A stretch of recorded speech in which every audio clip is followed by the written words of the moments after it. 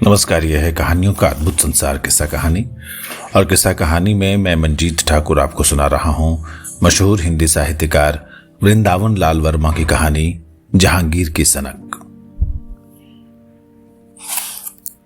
इंशा इंशा। बादशाह जहांगीर ने इधर उधर देखकर भरे दरबार में जरा ऊंचे स्वर में अपने भतीजे को पुकारा।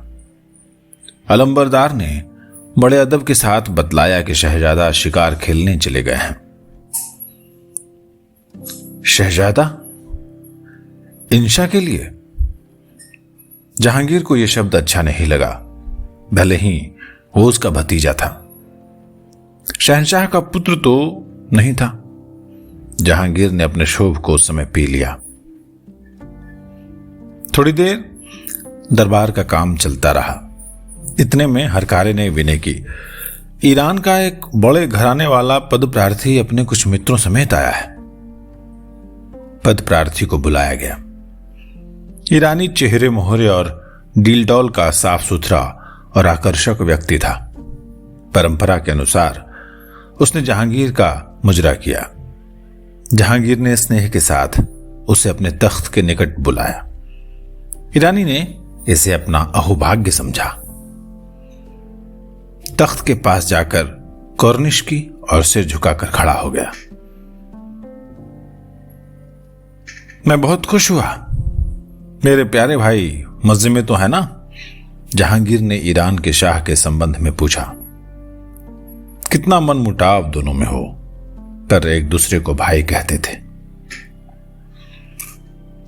वैसे ही सिर झुकाए ईरानी ने कोमल स्वर में उत्तर दिया, जहां पनाह की मेहरबानी जिस पर बरसती रहे वो क्यों न मजे में रहेगा। जहांगीर अपनी जड़ाऊ कमरपेटी पर हाथ रखे हुए था। उसने हाथ वहां से हटाया तो उसकी चुटकी में कुछ था। ईरानी ने नहीं देखा। मैं सिर ऊंचा करो, मैं ईरानियों की जवां मर्दी का कायल हूं, जहांगीर ने मृदुलता के साथ कहा। उसका झुका हुआ सिर तख्त के नीचे पड़ता था।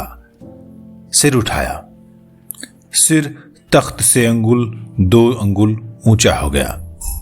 ईरानी की आंखों में विनय थी और होठों पर स्वाभिमान की हल्की मुस्कान। जहांगीर का चुटकी वाला हाथ पद प्रार्थी के कान के पास आया, मानो उसके सिर को छूकर बरकत बरसाना चाहता हो। क्षण के एक बहुत से छोटे खंड में जहांगीर की चुटकी ईरानी के कान को छूकर पीछे हट गई। उसके मुंह से हल्की दबी हुई चीख निकल गई। होठों की वो मुस्कान खींच ली गई और आंखों के डोरे लाल हो गए। ईरानी का हाथ सहसा अपने कान के उस स्थान पर जा पहुंचा जिससे जहांगीर की चुटकी छूकर अलग हो गई थी। जहांगीर का चुटकी वाला हाथ फिर कमर पेटी पर जा पहुंचा। पद प्रार्थी ने कान को टटोला, मला, खून की कुछ बूंदें झलक आई जिन्हें उसकी उंगलियों ने पोंछ डाला। माथे पर पसीना आ गया। उसकी आंखें पैनेपन के साथ जहांगीर के उस हाथ की उंगलियों पर गई। जहांगीर की उंगलियां एक लंबी पैनी सुई कमरपेटी के छेद में खोस रही थी। जहांगीर हंस पड़ा।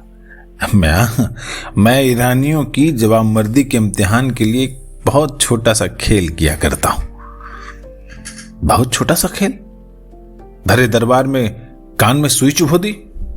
बादशाह है या शैतान? ईरानी के मन में गड़ा, परंतु वो कुछ कह नहीं सका। नतमस्तक होकर रह गया। जहांगीर की हंसी बंद नहीं हुई थी। जहांगीर ने शाबाशी दी। परख लिया मियां, परख लिया, जवां मर्द हो। ऐसे तो कई गुजरे मेरी उंगलियों के नीचे से की हवा लगते ही रो दिए।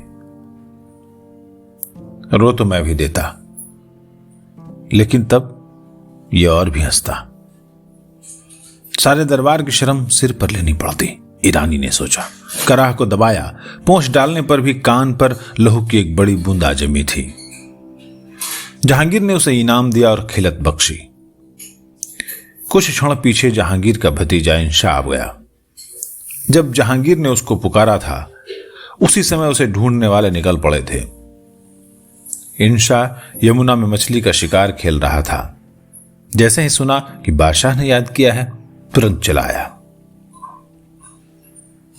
उसे देखते ही जहांगीर को शाहजादा शब्द स्मृति से उभर कर फिर चुप गया, जिसका उपयोग अलंबारदार ने किया था। जहांगीर ने उसे आदेश दिया, बैठ जाओ। इंशा यथास्थान बैठ गया। आयु उसकी 14-15 साल की होगी। देखने में रूपवान था। यथाकदा जहांगीर का स्नेह भी उसे मिलता रहता था। गई रात जहांगीर ने अपने कुछ अंग्रेजी अतिथियों के साथ अपनी सीमा से अधिक शराब ढाल ली थी। दरबार की समाप्ति जल्दी कर दी गई। इंशा चला गया। बादशाह जहांगीर चुस्त था, शराबी था, परहेजगार था, क्षमा था, परवाना था, फूल था, कांटा था, दयावान था, निर्मम था, उदार था, अनुदार था, न्यायी था, अन्यायी था, जब जैसी सनक सिर पर सवार हो जाए। अनियंत्रित सत्ता का वो पूरा प्रतिबिंब था। रात को शराब में गहरी डुबकियां लगाते रहने पर भी कभी कभी दिन में ऐसा कि जीवन में शराब इसने कभी सूंघी तक न हो। ये बात दूसरी है कि उसकी आंखें धोखा नहीं दे सकती थीं, और जब रात में शराब के बेहिसाब दौर चल गए तो फिर दिन में कोई भी अपनी खैर नहीं मना सकता था, चाहे भतीजा हो चाहे लड़का। मस्त हाथियों की लड़ाई देखने का उसे बहुत व्यसन था। शिकार बहुत खेलता था, छोटी छोटी चिड़ियों से लेकर शेर तक का। शिकार से मन उछटा तो मस्त हाथियों की लड़ाई पर जा रमा। उस दिन उसे हाथियों की लड़ाई से मनोरंजन करना था। इंशा को लेकर जैसे ही वो अपनी खासगाह में पहुंचा, उसे अपना छोटा पुत्र मिला। उसका नाम था शहरयार। प्यार में उसे वो सुल्तान शहरयार कहता था। आयु उसके 7 बरस की ही थी। सुल्तान, जहांगीर ने शहरयार से कहा, हाथियों की लड़ाई देखने चलो। शहरयार उसके साथ हो लिया। पीछे पीछे इंशा चला। झरोखे में होकर लड़ाई देखने का आयोजन था। नीचे मैदान में दोनों ओर मस्त हाथी सूढ़े लहरा लहरा कर सामने के प्रतिद्वंदियों को चुनौती दे रहे थे, झपट पड़ने को तैयार। चिंतित महाबत उनके द्वेग पर अंकुश ठोक रहे थे। हाथी चिंगाड़ रहे थे मानो बादशाह के आदेश को निमंत्रित कर रहे हों। शहरयार जहांगीर के पास बैठा था। इंशा का कौतूहल इतना बढ़ा कि वो भी सिमट कर आ बैठा। बादशाह को अच्छा नहीं लगा। हाथियों की चिंगाड़ें बढ़ी, महावतों का कलेजा फड़फड़ाने लगा। जहांगीर का ध्यान इंशा पर से फिसल कर नीचे मैदान में तथा दूरी पर खड़ी दिल्ली की उत्सुक जनता और हाथियों की हिलती हुई सूढ़ों पर जा जमा। शुरू करो, जहांगीर ने आदेश दिया। हाथी एक दूसरे पर पिल पड़े। रौंदा रौंदी से मैदान की धूल उठी। हाथियों की चिंगाड़ों से दिशाएं गूंजने लगी। सूर्य की किरणों में हाथी फेन रंग बिरंगे बनकर उड़ने छितराने लगे। महावतों के तवे और बख्तर चमक चमक जा रहे थे।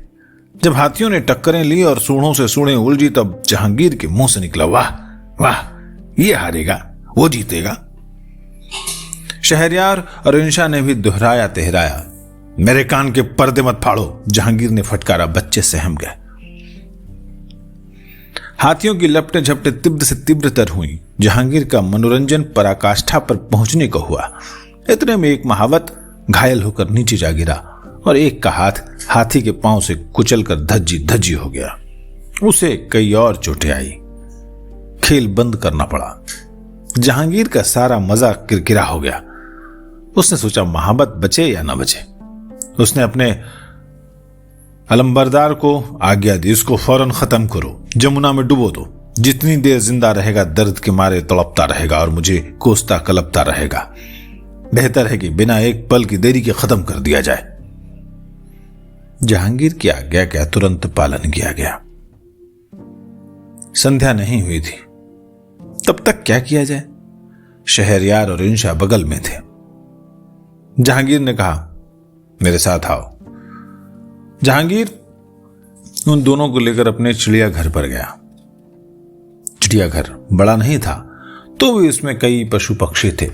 शेर अधिक थे, लोहे के पिंजड़ों में बंद। इनमें से कुछ छुटपने से पाले गए थे, कुछ बड़ी आयु में फांसे पकड़े गए थे। जहांगीर एक ऐसे ही शेर के पिंजड़े के पास जा खड़ा हुआ। शेर धीरे धीरे गुर्राने लगा। रखो इसके सिर पर हाथ, जहांगीर ने इंशा को आज्ञा दी। इंशा सन पीला पड़ गया, कांपने लगा। इंशा किसी भी तरह तैयार नहीं हुआ। शाहजादा बना फिरता है कमबख्त कहीं का। फिर भी इंशा नहीं हिला। अब बारी आई शहरयार की। सुल्तान, तुम शिर के टेक।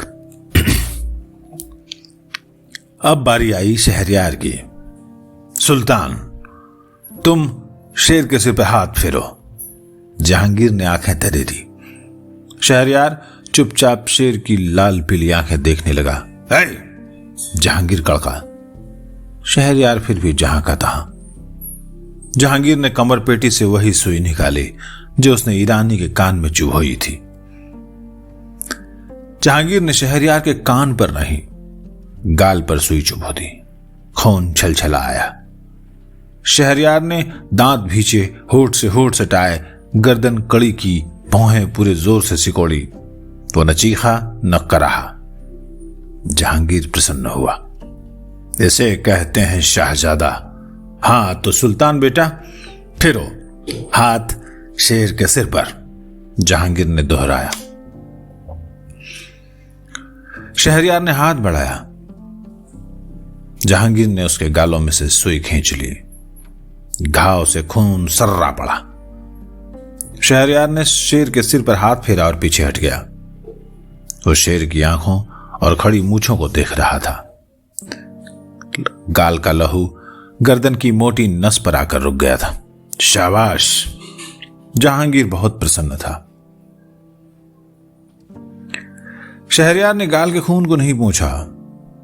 न मालूम कहां जहां पनाह दूसरे गाल को छेद डाले। वो अपने होठ अब भी सटाए हुए था। इंशा की हिम्मत फिर भी नहीं हुई कि वो राते हुए शेर के सिर पर हाथ फेरे।